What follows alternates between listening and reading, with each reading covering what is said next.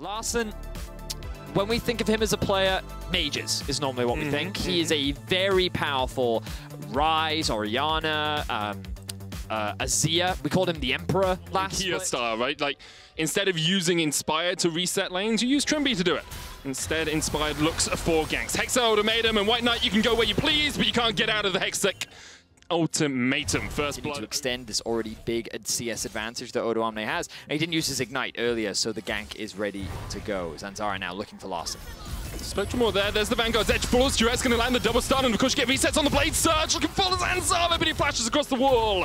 And Zanzarah will help Magifelix get Astralis's first kill. But I don't think that he would just flash for no reason. So I assume that he flashed out of the way to dodge something, then he went for the re-engage, but then just at the last hit, Zanzarah flashed away to safety. So Astralis are able to answer with the kill of their own. Already so heavily in the favor of Rogue, and now they're dropping the Herald bot. I love this, because even if it doesn't take the tower, you have Satchel Charge. So you can immediately just burst that tower down. You don't need to wait for the Herald to be within that kill range. There's a TP behind them, though. That tower is gone, and now we're going to see a fight in the bottom lane. WhiteKnight in a good position. odoamne's back, but he doesn't have teleport. This is a numbers advantage for Astralis, and if you want to put Rogue off their game plan, if you want to tear up the rulebook, this is your chance to do it. Spectral Maw goes wide. Magifelix steals away the Vanguard. Looking forward towards some of the other games in the rest of the season. That was strange.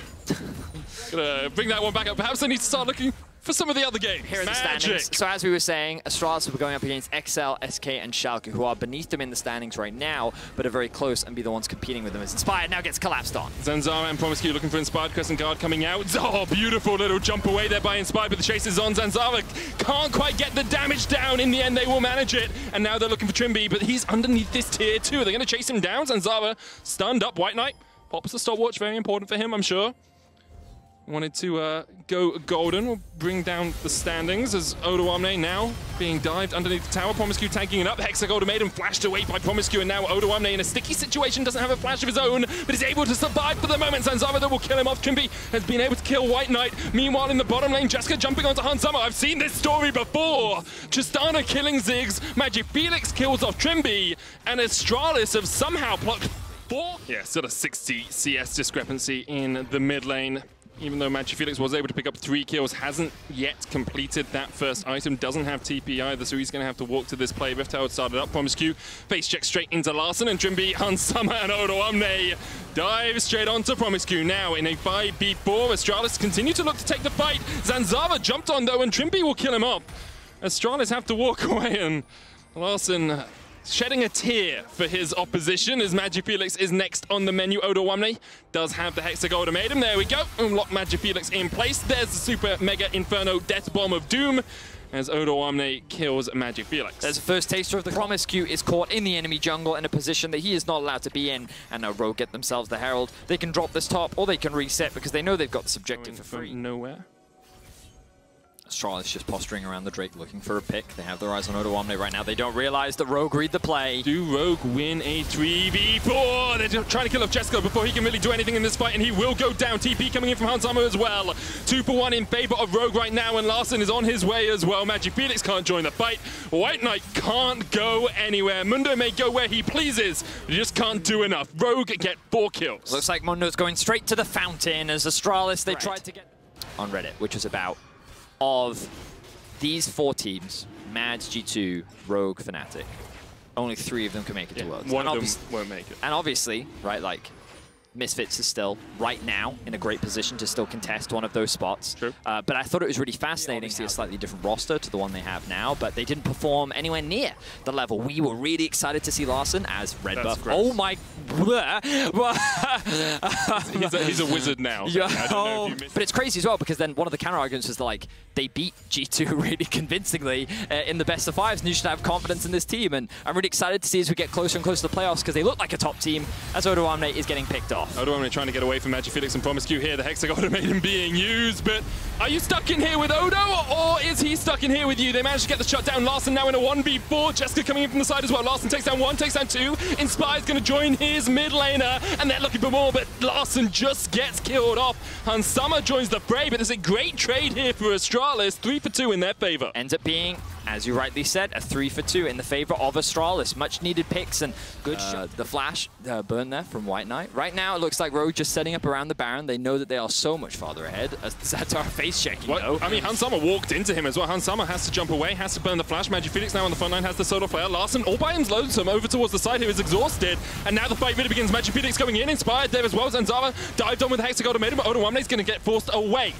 Astralis a little bit lower on HP as promisq gets knocked back, locked up, and the Mega Inferno Bomb does not quite connect there on Zanzarah. Rogue sitting in the fog of war all around. Rogue don't realize they're surrounded, but they will see now WhiteKnight as he begins to engage. I mean, last time promisq had a flank like this, Astralis were able to win the fight. He's going to Hex Flash here. They don't have a ward.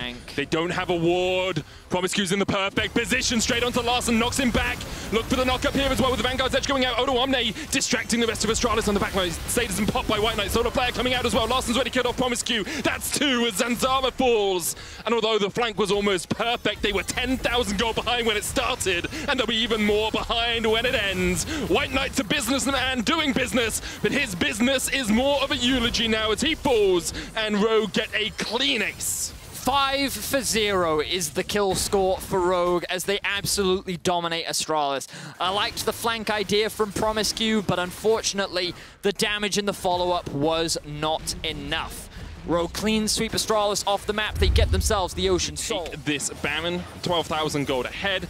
It's a typical Rogue game, and we have seen a few signs of life from Astralis. You know, we've seen some good flanks if they weren't so far behind against one of those teams that we talked about earlier. You know, the Schalkers, the SKs, the XLs that they're going to face in the coming weeks. Perhaps those are the sort of plays that can get them back into a game. But against Rogue, when you are this far... Their rivalry against Mad Lions, they did get the better of their counterparts last time they faced. I forget what happened in the Fnatic game. I think that they did lose to Fnatic the last time they played. Well, I'm just... Yes, I believe they did as well. It's tower goes down, huge fight happening, as you say, but it's odoamne and Trymbi versus the world, and promisq's the first to die. Trymbi will fall as well. Zanzarah steals away the solar flare.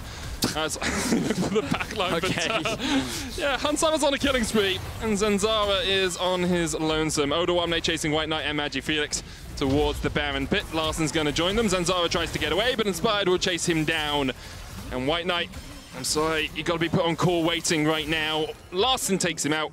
21 kills to 10. Rogue are going to close this one out. A great performance by Rogue, some signs of life from Astralis, but not enough to take down our spring finalists. Rogue with a convincing win here against Astralis. They're going to take their time. They're going to look to pad the stats just a little bit more. Hansama. He increases DPM. Ziggs is well known for high damage a minute. He certainly is. Magifelix trying to answer back just a little bit. The minions slowly doing work. Hang on. What are we having? Are they going to end the game? The game will end. They will now end the game. 50 gold for Larssen as he rounds things out. Rogue having a bit of fun. And a pretty straightforward week for Rogue. Nothing really to discuss. And it sets them up nicely for their rematch against both Fnatic and Mad next week. They can solidify their top spot. They can look to...